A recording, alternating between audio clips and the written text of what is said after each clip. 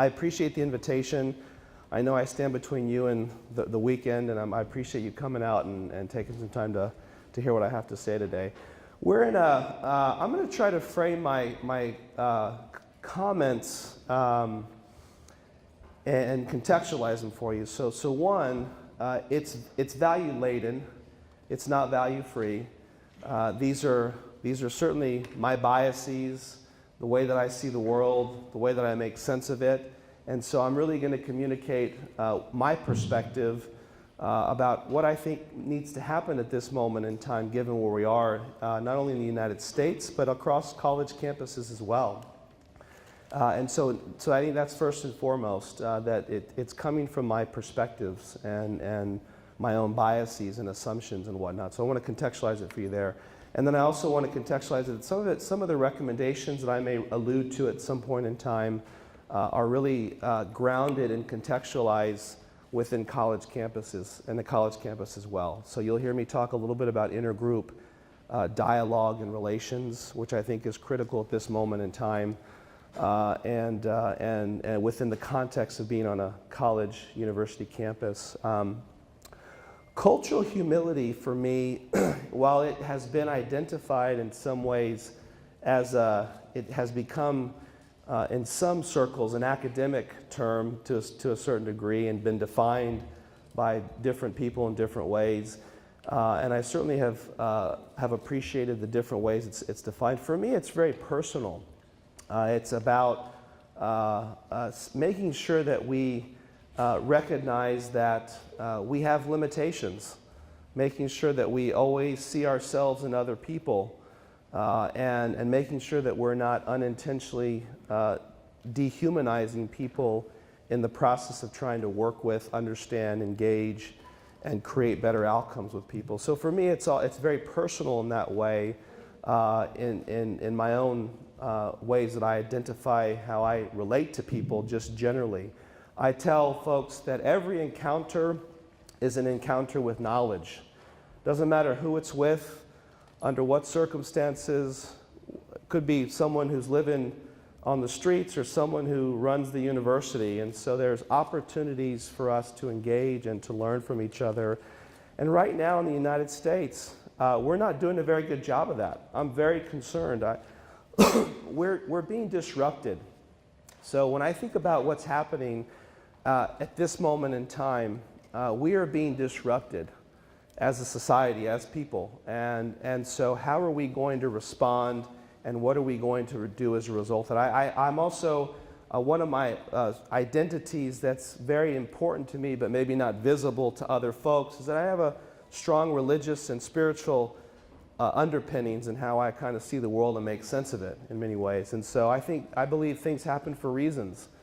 And so I don't want to get into this is not a conversation about Trump supporters versus not Trump supporters, Democrats, Republicans, liberals, conservatives, et cetera, et cetera. It's more about trying to put into context how to make sense of what's happening and how we can respond a little bit differently going forward. And I think that's what I want to try to lay out for you a little bit today and give you some perspectives on how I have come to understand that and what I think would be helpful for us as we move forward, okay?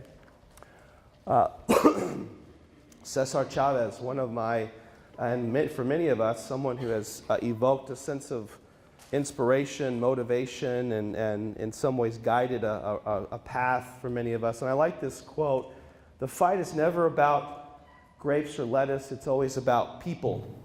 And so when I think about what's happening right now, we have forgotten that people are being impacted by the policies and procedures, by the political rhetoric, and by what's happening across the country, both locally here in California, nationally, et cetera, internationally. And so people matter. And so how can we return back to working together, working better together?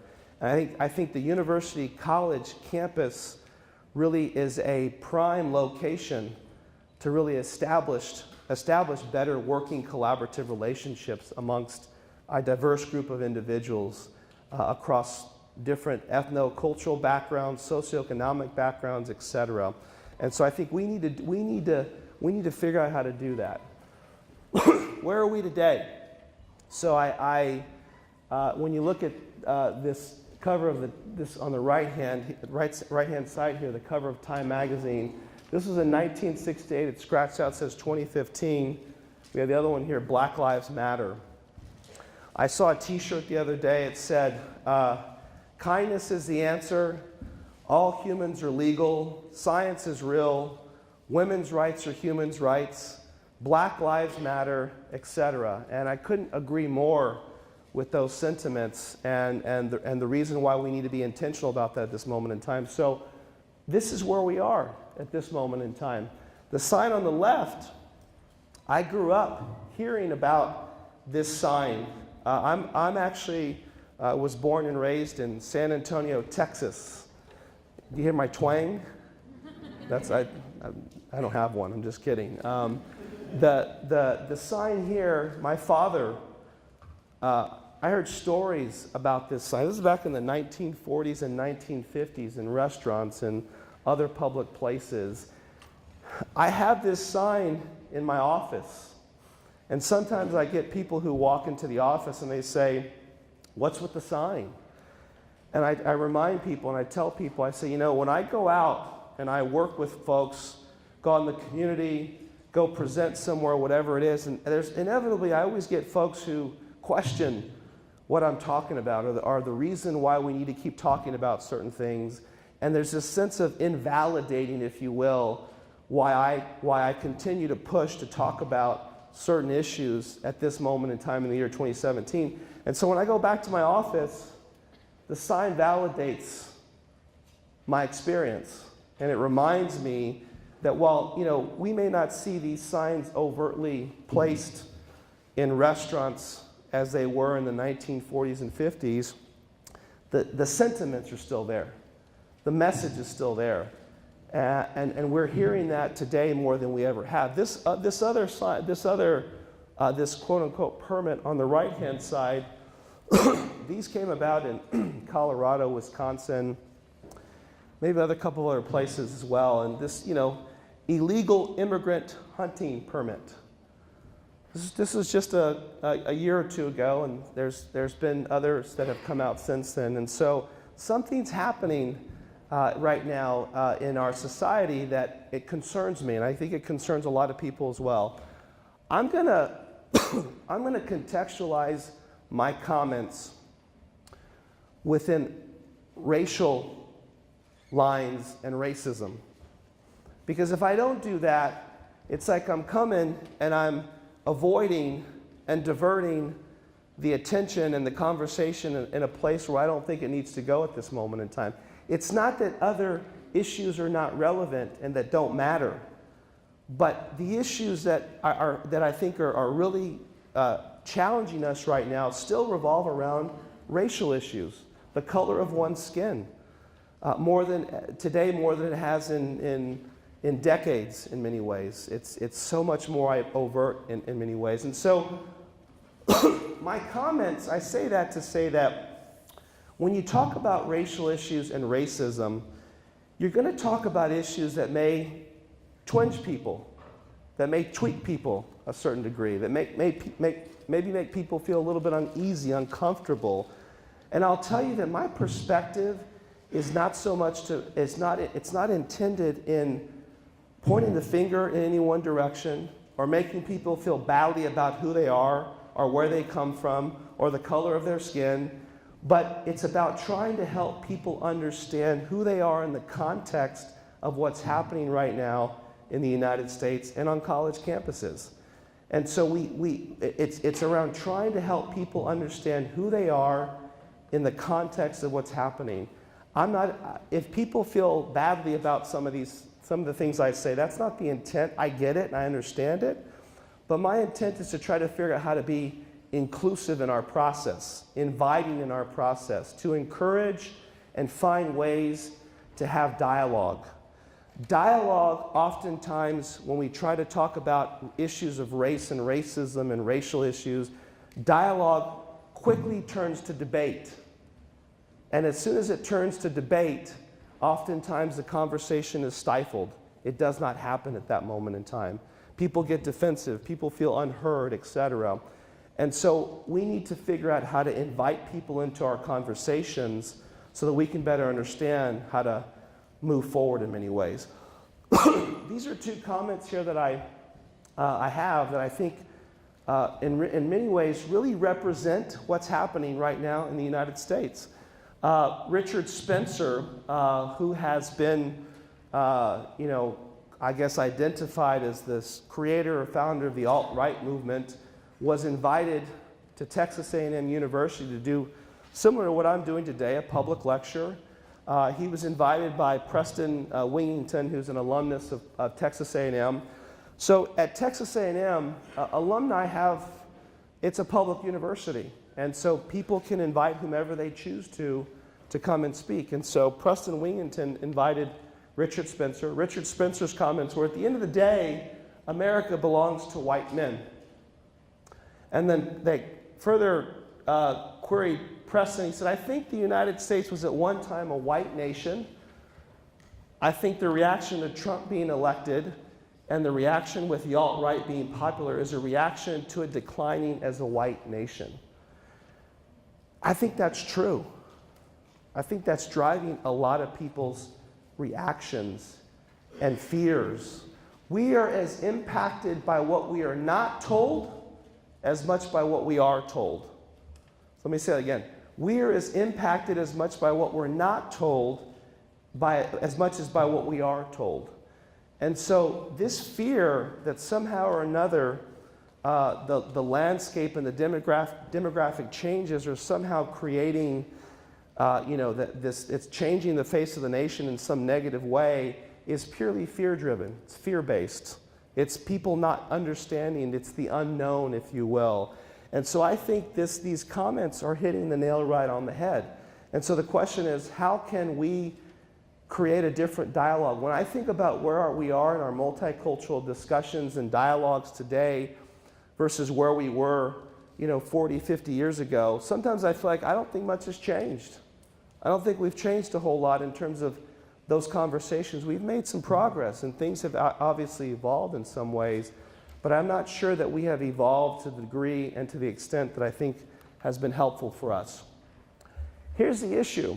So when I look at a comment like Richard Spencer's or Preston Wingington, or I see the no dogs, no Negroes, no Mexicans, or I see the illegal hunting immigrant permit, whatever it may be, in some ways, those divert our attention away from what racism really is in many ways in the United States. It's too easy if we just focus on those overt acts of discrimination, of hate, etc. It's too easy for people to say, that just happens in Wisconsin. That just happens in Colorado. That doesn't happen here in California. By the way, people think California, we got a hold on everything here in California. I tell you, we don't. We're still working as much as anybody else is. And so when we focus on those overt acts, in many ways it diverts our attention from what the real issue is. It legitimizes an erroneous conceptualization of racism. It clouds efforts to bring to the fore discussions about how race matters in everyday life. And it helps sustain the notion of America as a nation that is no longer racist, because racially motivated incidents are isolated incidents. Racism is like the air we breathe. It's like the air that we breathe. And if we assume that to be the case, then in many ways we're all breathing the same air. And we're all participating on some level in what's happening to a certain degree. Now I get this question a lot. I get this question, so when we talk about racism as being a white community's issue, you can't talk about racism without talking about power and privilege. And so people sometimes will ask me, well, actually I see, black folks and Latino folks, they're like, they're doing the same thing that other folks are doing with other folks. And so I give the example, as I say, I give them a separate example. Can women be sexist? What do you think? So, Okay? But who benefits when women are sexist? Who benefits? Men. Men benefit. So women can be prejudiced against other women. I can be prejudiced against other ethnocultural communities. But when I'm prejudiced against other ethnocultural communities, the status quo and the power systems remain intact, in essence. So is it racism? Many would argue, no, it's not. We can be prejudiced with each other, which is problematic. But who benefits when Latinos and blacks are killing each other in the barrios and hoods across the country? Who's benefiting? We're not. The already existing power structure that is in place is benefiting. And so I think we have to keep it in perspective that we can certainly engage in behaviors that look very similar, but the outcomes are very different for different groups and different communities, just like it is for women and men versus sexism and having prejudicial perspectives. And so these ideas that it's overt, etc., does not help us conceive of racism as a systemic, national problem, and it leads us to think of racism as a matter of good versus bad people, the racist versus the non-racist, etc. Racism, from my perspective, has never been about good versus bad people, or the racist versus the non-racist. And I think when we get into that kind of a discussion, it creates an us versus them, you versus me, Trump supporters versus non-Trump supporters, Republicans versus Democrats, etc. It's bigger than that. And so I'd like for us to think about racism as much more interwoven into the fabric of society and not so much about good versus bad people or the racist versus non-racist. I think that helps us contextualize it in a way that hopefully helps us begin to have a conversation in a different way. So I've talked about some of this. You know, when people are wondering, like, why are all these folks upset when things happen? Like, why are all these folks upset when, you know, Obamacare's going to go away potentially? Why are all these folks upset when DACA was rescinded? Why are every social indicator that we have, from salary to housing to education to life expectancy, reveals there's an advantage to being white in the United States. Here's what I want to say about this, though. People make the assumption that racism benefits all white individuals the same way, and it impacts all folks of color the same way. Not true on either front. Not true on either front. So when I think about my privileged life at this moment in time, there are things happening across the country and in my own backyard that are deeply impacting other Mexican and Mexican-American families that if I choose not to pay attention to, or I choose not to do something about, I can go on living my life and not be impacted at all.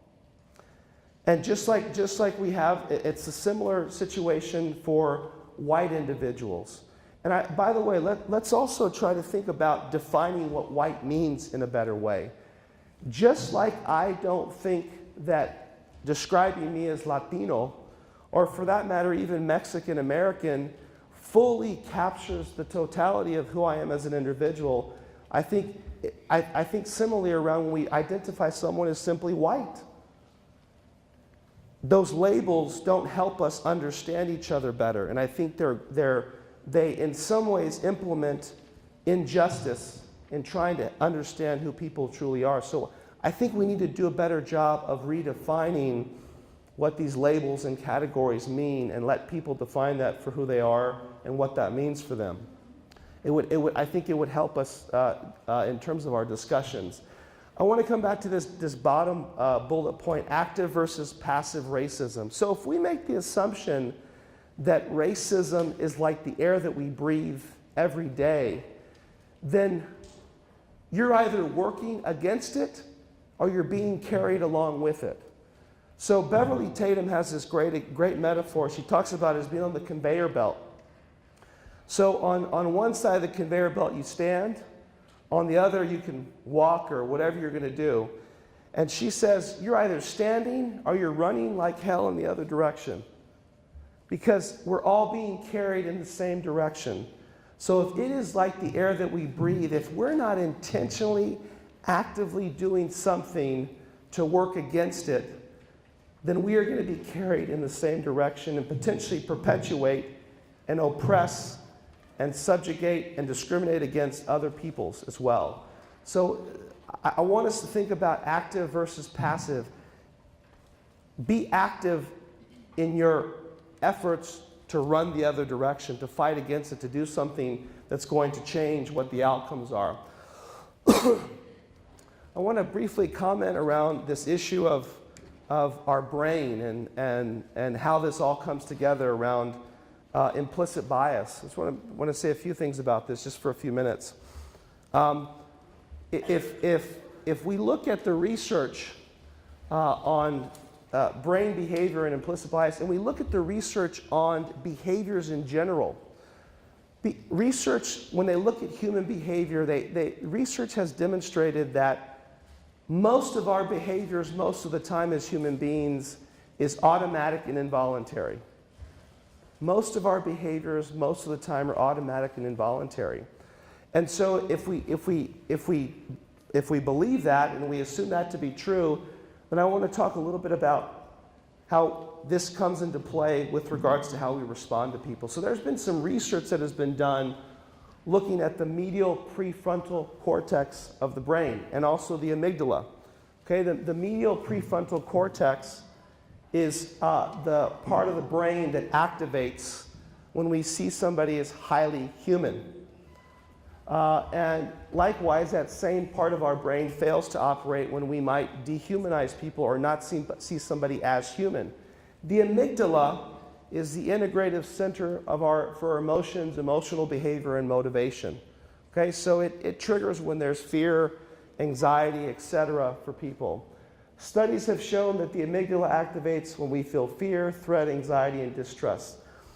Implicit bias, I want to, this bottom bullet point, is the bias in judgment and or behavior that results from subtle cognitive processes that often operate at a level below conscious awareness, okay? So, and without intentional control. So if we look at this and we understand this truly, then we are all engaging potentially in some of these behaviors. Let's look at this study out of Princeton where they looked at, they did brain scans. They showed participants images. So they had participants, and by the way, the individuals in this study were a diverse group of individuals, and they wanted people to make judgments about people who were socioeconomically disadvantaged, specifically homeless individuals, and then to make judgments about middle-class people. They also did it with IV users and non-drug users, etc. While they were shown images, some of the participants were shown images, some were shown objects, and while they were shown these objects and images, their brains were scanned, okay? As participants made judgments about the middle-class individuals in pictures, their medial prefrontal cortex activated. When does it activate? When we see someone as highly human, or more human, if you will. The middle-class people were encoded as human. However, when asked to make the same judgments about homeless individuals, the medial prefrontal cortex of the participants was not fully activated. The same contrast occurred when people made judgments about IV drug users versus non-drug users, okay? So the implication, is it possible for people to feel more human emotions with greater ease for people from non-stigmatized groups than from human beings who have been deemed socially unacceptable?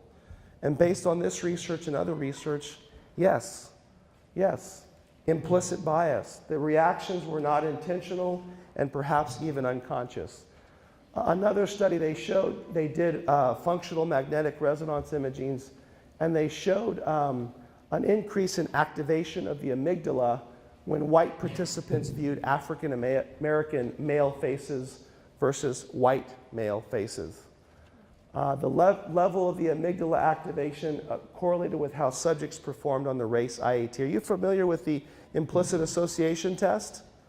Good, some of you are. So it's basically assessing one's implicit biases, and there's a race one, there's there's a Latino specific one, etc. And it looks at our biases and it forces us to make judgments based on people's facial images associated with certain words, etc. We have nanoseconds, milliseconds to make those associations. And so the individuals who came out more biased towards preferring white individuals also had higher amygdala scores in this particular study as well. Why does all this matter? Because it's important when we think about where we are at this moment in time. So we're still seeing so many overt acts of racism today, more than we ever have. Hate, discrimination, intentional. People have permission to engage in ways that maybe they didn't before in the past. They've been given permission. But what's interesting is that, again, I think people continue to rebuke that with, well, things have changed, things are not the same, etc. And so Bonilla Silva talks about this idea of new racism. What is it? If we look at what new racism is subtle, it's more covert, it's more hidden, it's maybe even what some people might describe as non-racial. So if we look at some statistics here, it really illustrates what's still happening in many ways. So we look at income. In 2011, black household income was 59% of white household income. Latino household income was 60% of white income, and Asian income was 102% of white income. Okay, wealth. In 2011, Latinos had 1/12 the wealth of whites, and blacks 1/20. Housing. Blacks and Latino communities are a third less likely to own their own homes. This third bullet point sometimes freaks people out. Residential segregation remains almost as high today as it was during the 50s and 60s. It remains almost as high today as it was during the 50s and 60s. Criminal sentencing. We know individuals with more Afrocentric facial features have longer sentence terms, receive the death penalty, etc. So we are participating in what's happening in some way or another, in some form or another. Again, I'm going to reiterate a couple of things that are important. If we make the assumption that discriminatory behavior, racism, etc., is like the air that we're breathing, then in some ways we all have to stop and look at what our role might be, whether we're perpetuating, whether we're working against it, etc., because there's a lot of evidence to suggest that we all have the capacity to engage in behaviors that are unhelpful and creating more divisiveness at this moment in time. And so I challenge you to think about what that looks like for you. My other concern is that I think in some ways we've made the assumption that if somebody's white, they automatically do not get it and don't understand it. And then we've also made the assumption that if someone's from a historically disenfranchised community, that they automatically get it. And I think that's a danger on both levels. It's a danger on both fronts. And so we have to think about how that even those assumptions guide our us versus them and the divisiveness that we are currently experiencing, both on campuses and also nationwide. How much more time do I have, John? I didn't know, what time did I start? I know we started late. I started about 3:20? Okay. Are you just saying that because you want me to stop? I'm just kidding. I'm kidding. It's all good. It's all good. But, okay, all right, but not 2 minutes. Okay. So what ends up happening is that how we oftentimes deal with this issue, multicultural issues, racial issues are difficult conversations to have. They're hard conversations to have, and people oftentimes maybe don't know how to engage in that discussion. So people either get really upset and angry and frustrated, which I totally get. I get the anger, I get the frustration, or people shut down in some ways. And so this issue of colorblind racial ideologies, I just want to quickly review that with you because I think it's one of the strategies that we oftentimes use, some of us anyway, when it comes to trying to talk about racial issues and issues around multicultural discussions, etc. So what is colorblind racial ideology? Colorblind racial ideology is the denial of racial differences and racism by emphasizing that everyone is the same or has the same life opportunities. So what I said earlier to the counseling center staff, it's really interesting, is that when you look at the literature on worldview development in children, and this is not every white family and white parents, and this isn't every family of color and parents of color who are raising their kids, but a lot of the literature points to that when the white parents are raising their children, well-intentioned, good, well-intentioned parents, they're telling their kids, don't talk about difference. Let's not bring up that this person is a different skin color than we are. We should just all love each other. We're all humans and we're all the human race, etc. And then when you look at the parenting practices with the parents of color, they're like, if I do not talk to my child about what he or she is going to encounter when they go out into the world, then I'm not preparing them for what's about to happen to them. So you have one set of parents and kids who are hearing the messages fairly consistently, and you have another set of parents and kids who are like, let's not talk about that. That's not okay to do. Fast forward, and here we are all in the same room together. Many of us. And so then we're being forced in some ways to try to have the conversation when maybe good, well-intentioned folks have been told, you shouldn't talk about those things. You shouldn't have those conversations. Whereas others, including myself, are like, well, if I don't talk about it, then I'm not talking about my experiences. I'm not talking about my worldview. I'm not talking about what happens to me on a daily basis sometimes. So there are these contrasting, I think, ideologies that clash oftentimes. And so we often end up finding that people feel like if they don't address those issues, that somehow or another, that they're being more welcoming and more inclusive. And what we know actually is that if you don't address the issue, if you don't talk about it with someone who clearly there are ethnic, racial, socioeconomic differences, in fact, the person who is making the choice not to talk about it actually may come across as more unwelcoming and less open to the person who actually may want to talk about it, and that may be their everyday experience. And so it's actually doing the exact opposite than what I think people anticipate it might be doing for them in some ways. So this issue of ignoring it because everyone is their own individual, we're all humans, etc., is, I think, a misstep. Although I get it, it's a misstep and it's well-intentioned. Some individuals may truly believe that not discussing race advances racial harmony and equality by preventing people from being judged. So what I tell people is that, yeah, we are all human, we're all part of the human race, but we're not all the same. And we don't all have the same life opportunities. I think it's hard for people to hear that. I have people I had someone tell me a few months ago, he said, black people still need to prove themselves. They're taking advantage of the system.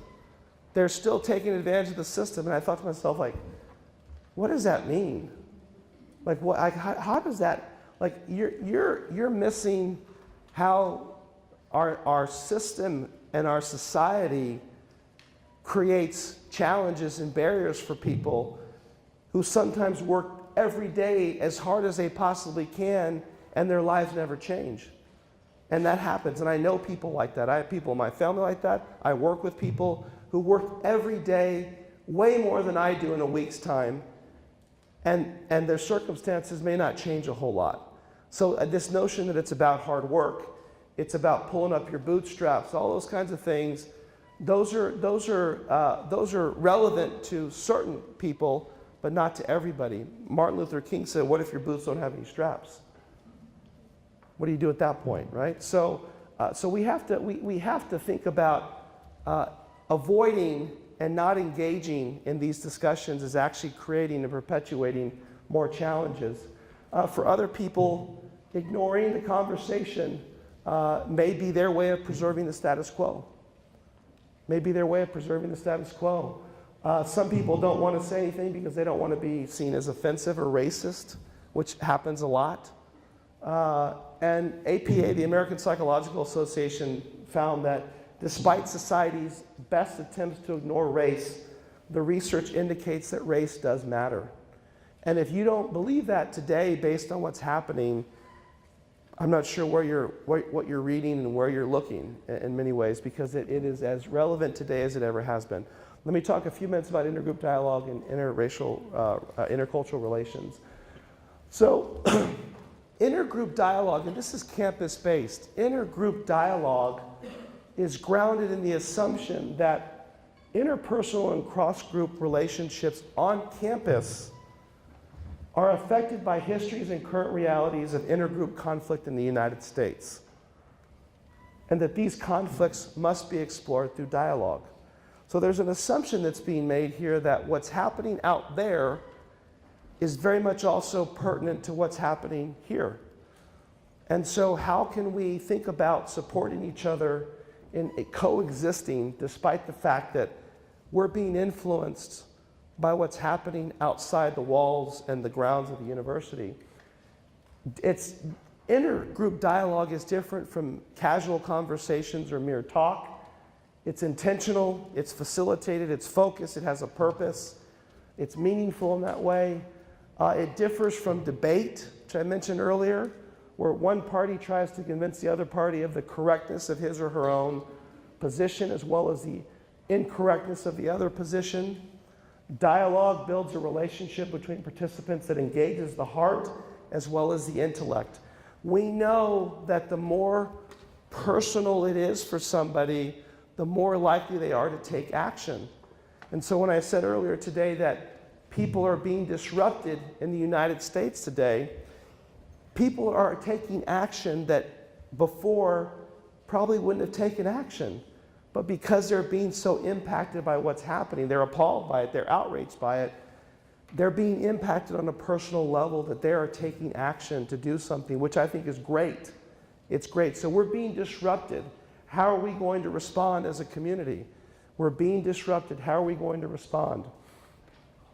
Participants in intergroup dialogue develop a critical, an analytic perspective on why these environments exist and operate the way they do, and who benefits and who suffers from the social arrangement. So it's not just about thinking, okay, these people are not doing so well, those folks are not doing so well, the dreamers are suffering and whatnot, but do you really understand the context? Do you really understand how the society that we exist in has maybe created certain outcomes for certain people under certain circumstances that lead them to make certain decisions and have other outcomes at times? And so it's around looking at how the environments exist and how the social arrangements come to exist to create certain outcomes for certain people.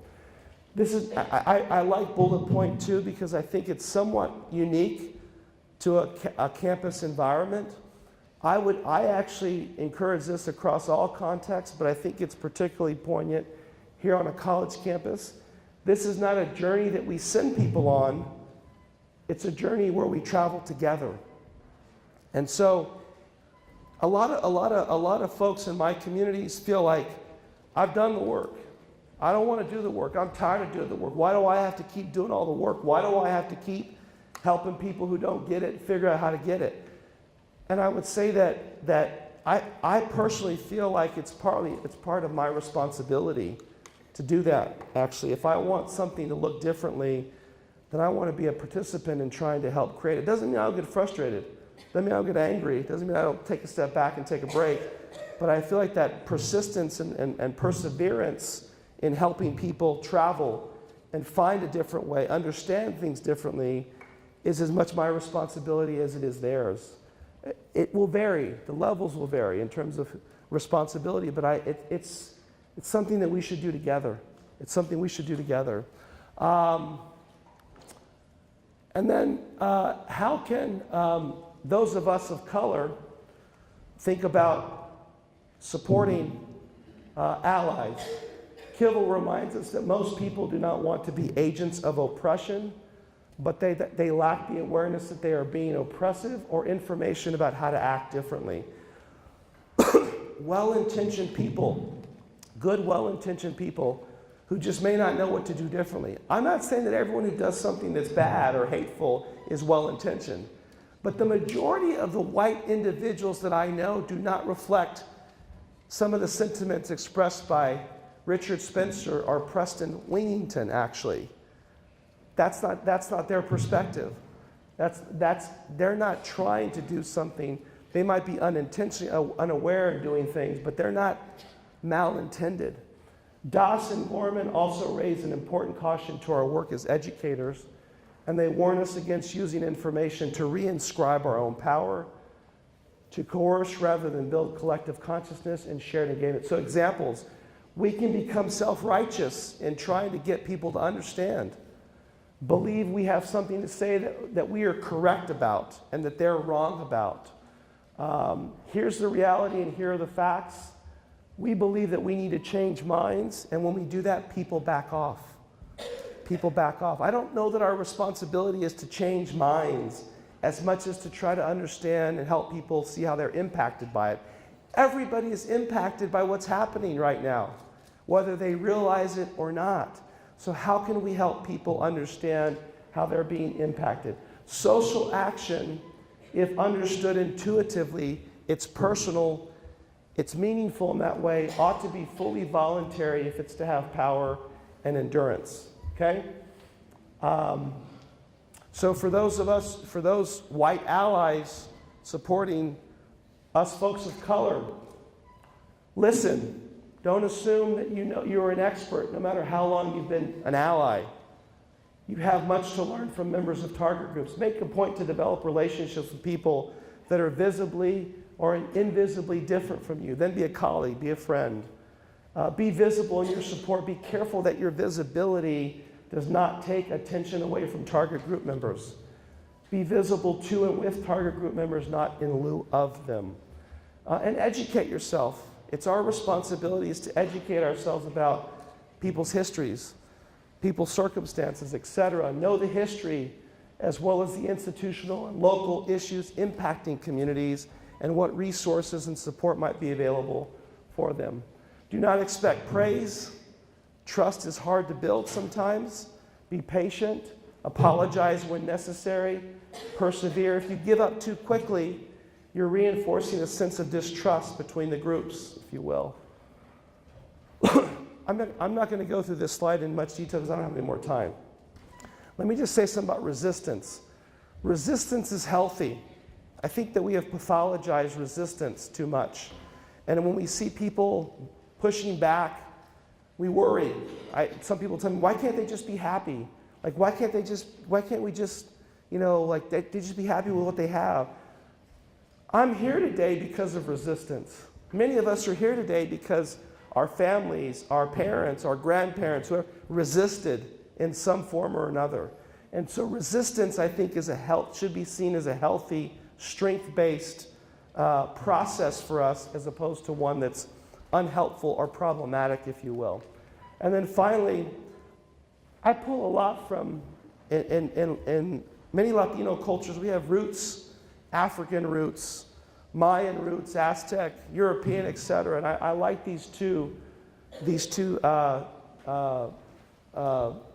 histories that we have, how they've impacted us. The law of En La Quecha Laquin, it's from our ancient Mayan roots, and I'll read it in a minute. It says, I am you and you are my other me.